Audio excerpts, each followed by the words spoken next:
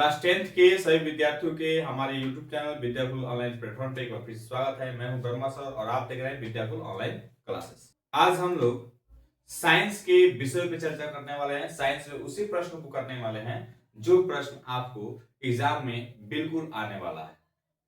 ठीक है, वही शुरुआत करते हैं। यहाँ पे पहला क्वेश्चन आपको दिया गया है कि लोहे को जंग से बचाने के दो उपाय आपको बताना है। कि अगर लोहे में जंग पकड़ लेता है तो उसको जंग ना पकड़े उसमें, तो इसके लिए हम कौन सा उपाय लगाएंगे। अच्छा, जंग लगता क्यों है? तो लोहा में जो है, लोहा को यदि नमी मिलने लगेगा, ऑक्सीजन मिलने लगेगा, समझ जाइए कि मिट्टी के ऊपर रख दिया जाए और मिट्टी के ऊपर रखने के बाद ऑक्सीजन तो ऐसे ही मिलता रहेगा, तो नमी भी मिल रहा है, ऑक्सीजन मिल रहा है, तो लोहे में क्या पकड़ लेगा? जंग पकड़ लेगा। तो उसी जंग को हम बचाने के लिए कौन से दो तरीके बता सकते हैं? तो यहाँ पे कह रहा है आपको कि जंग से बचाने के दो तरीके, बचाने के तरीके इस प्रकार से हैं। तो पहला हमने तरीका लिखा यहाँ पे कि तेल या ग्रीस लगा करके ग्रीस की परत चढ़ा देंगे, तो क्या बचा सकते हैं हम लोग? लोहे में जंग लगने से बचा सकते हैं। क्या करेंगे वहां पे कि यदि लोहे पर तेल या ग्रीस की तह जमा दें तो नम वायु लोहे के संपर्क में नहीं आ पाती है और जिससे जंग नहीं लगता है। यही कारण है कि मशीनों के पुर्जे पर ग्रीस लगाया जाता है।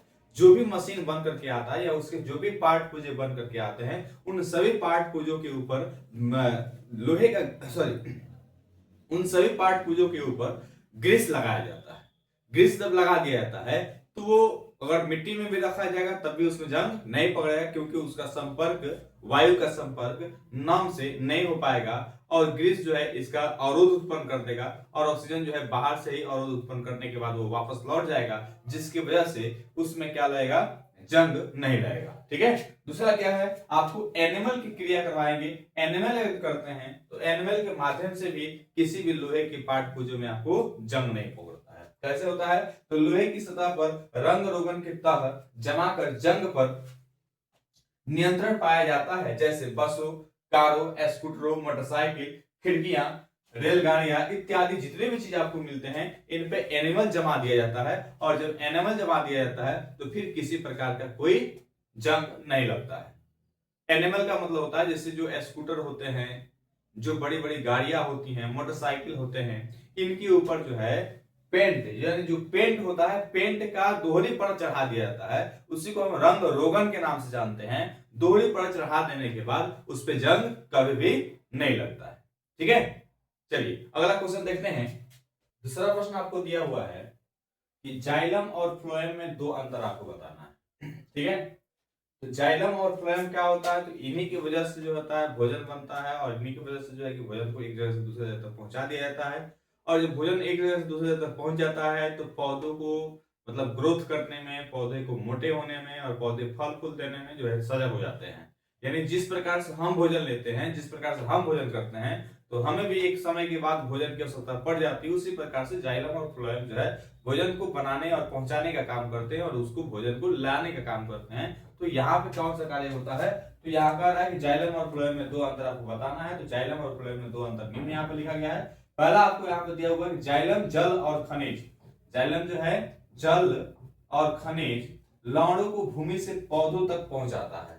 मतलब खनिज पदार्थ भूमि से ही मिलेगा, जल जो है वो भी भूमि से मिलेगा। तो जाइलम का यही काम रहता है कि आपको खनिज पदार्थ लेना है, जल लेना है, उसको लेकर के आपको पौधों तक पहुंचाने का काम करना है।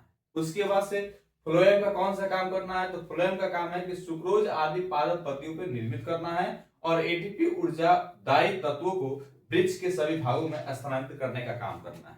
मैंने जो ऊर्जा उत्पन्न हो जाएगा, जो ऊर्जा बन जाएगा, उसको आपको काम करना है कि जगह जगह तक जो पेड़ पौधे की जो टहनियां हैं वहां तक पहुंचाने का काम करना है। फिर उसके बाद से यहाँ कह रहा है 2 नंबर में कि जाइलम अवशोषण का कार्य करते हैं। यानी जाइलम का काम यह है कि जो जल मिलेगा, जो खनिज लवण मिलेंगे, उनको कहां से अवशोषित करना है, कैसे खींच लेना है, कि इनका काम होता है। किनका? तो ये जाइलम का काम होते हैं। और फ्लोएम का जो कार्य होता है वह क्या करता है? फ्लोएम जो है वितरण करने का कार्य करता है। और इनका काम यह होता है कि इन्होंने क्या किया कि पूरा सामग्री ला करके दे दिया, भोजन ला करके दे दिया, और इन्होंने क्या किया, उन सारे भोजन को जब भोजन बनकर तैयार हो गया तो सभी के पास, पत्तियों के पास, टहनियों के पास, डालियों के पास जो है कि अच्छे तरह से भोजन को पहुंचा दिए। तो समझिए कि पेड़ पौधा जो है कि खा लिया भोजन और बढ़िया से वो अपना ग्रोथ कर रहा है।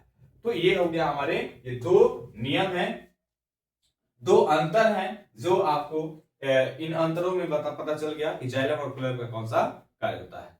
आज के लिए इतना ही, मिलते हैं नेक्स्ट वीडियो में। जय हिंद, जय भारत।